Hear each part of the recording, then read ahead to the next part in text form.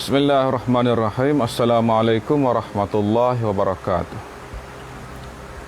Di dalam sebuah buku yang ditulis oleh Debra, Seni untuk Bercakap, Small Talk, The Art of Small Talk. Seni untuk bercakap, cakap ringan, dalam buku dia. Debra menceritakan dia adalah lulusan sarjana, kemudian dia bekerja dalam bidang engineering untuk mengelakkan diri dia daripada berjumpa dengan orang dan berbual dengan orang. Kemudian dia berkahwin pada umur 40 tahun. Dia bercerai dengan suami dia dan dia mula belajar bercakap. Dia pergi ke bar, dia jumpa satu lelaki yang bernama Red. Kemudian dia mulakan dulu percakapan dengan Red. Dan dia ceritakan pasal diri dia. Dan dia bagi tahu Red yang dia minat pada Red. Minat untuk berkawan dengan lebih jauh. Kemudian Red pun menjawab. Red pun minat pada dia. Cuma Red pemalu. Malu nak bagi tahu. Jadi seni percakapan yang pertama ialah seni untuk bercakap ni boleh dipelajari. Mengikut Debra, seni untuk bercakap boleh dipelajari. Dulu dia adalah seorang yang obesity. Kemudian dia turunkan berat badan supaya dia lebih yakin untuk bercakap dengan orang lain. Jadi kita kena siapkan diri kita, yakin diri kita, dan kita pelajari bagaimana cara nak memulakan percakapan. Kita kena mulakan dulu.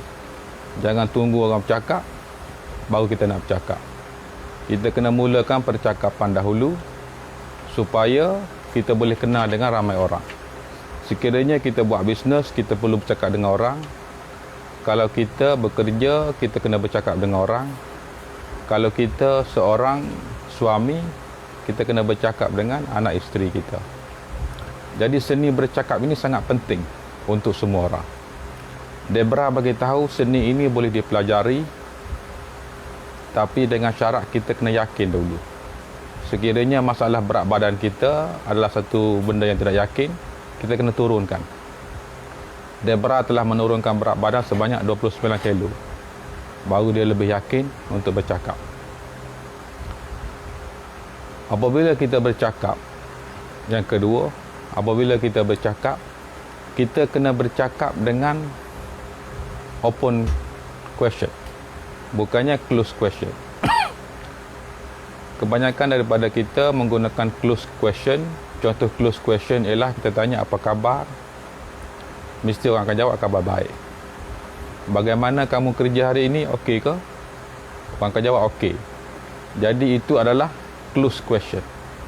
Kita kena tanya open question supaya lebih jauh dan lebih dalam tentang diri dia.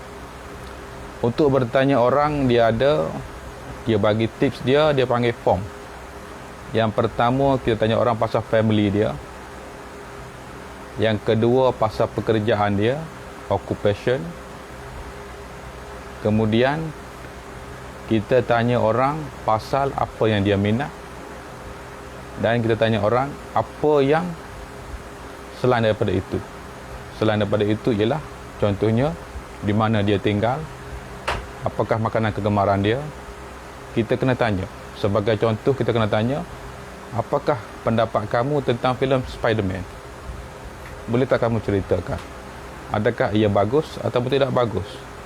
Sekiranya dia kata tidak bagus, di bahagian mana yang tidak bagus? Bolehkah kamu huraikan? Kita kena bercerita dengan tanya soalan open question supaya dia boleh menerangkan apa yang kita tanya.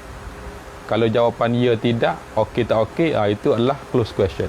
Jangan tanya close question. Sebab kalau kita tanya close question, kita akan senyap lepas tu. Kalau kita tanya open question, kita boleh ada kesinambungan. Apabila kita mendengar, yang ketiga ialah teknik mendengar. Apabila kita mendengar, kita kena mengelakkan diri kita daripada silang tangan.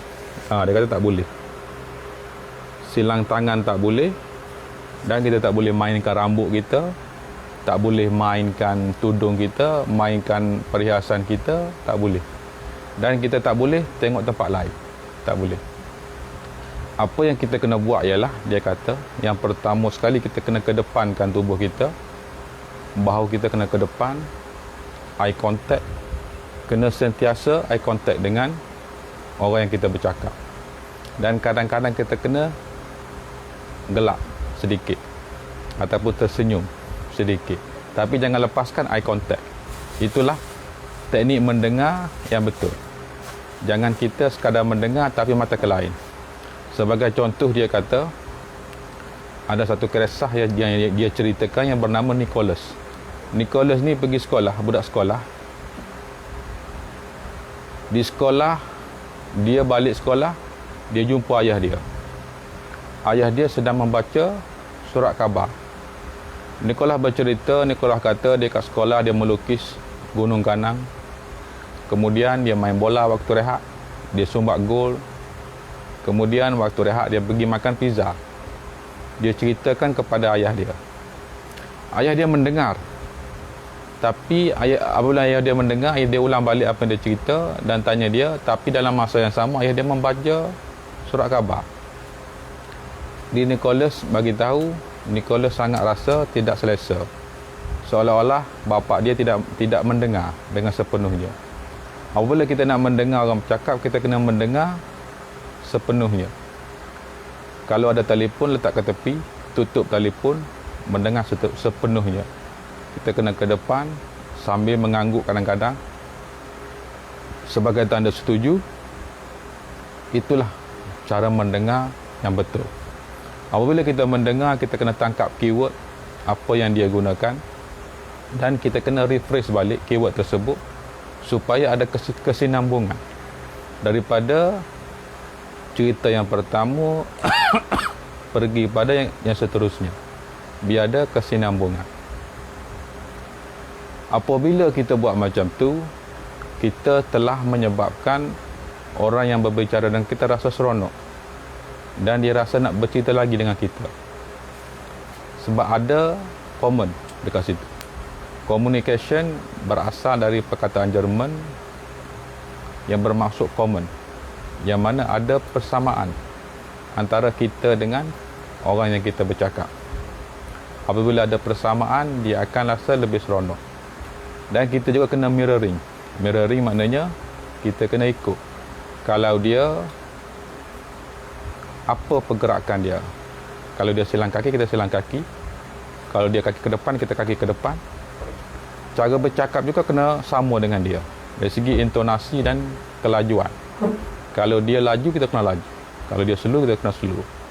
Itulah menyebabkan perasaan selesa dan gembira pada kita dan pada orang yang lawan cakap dengan kita. Okey, sekian, terima kasih. Assalamualaikum.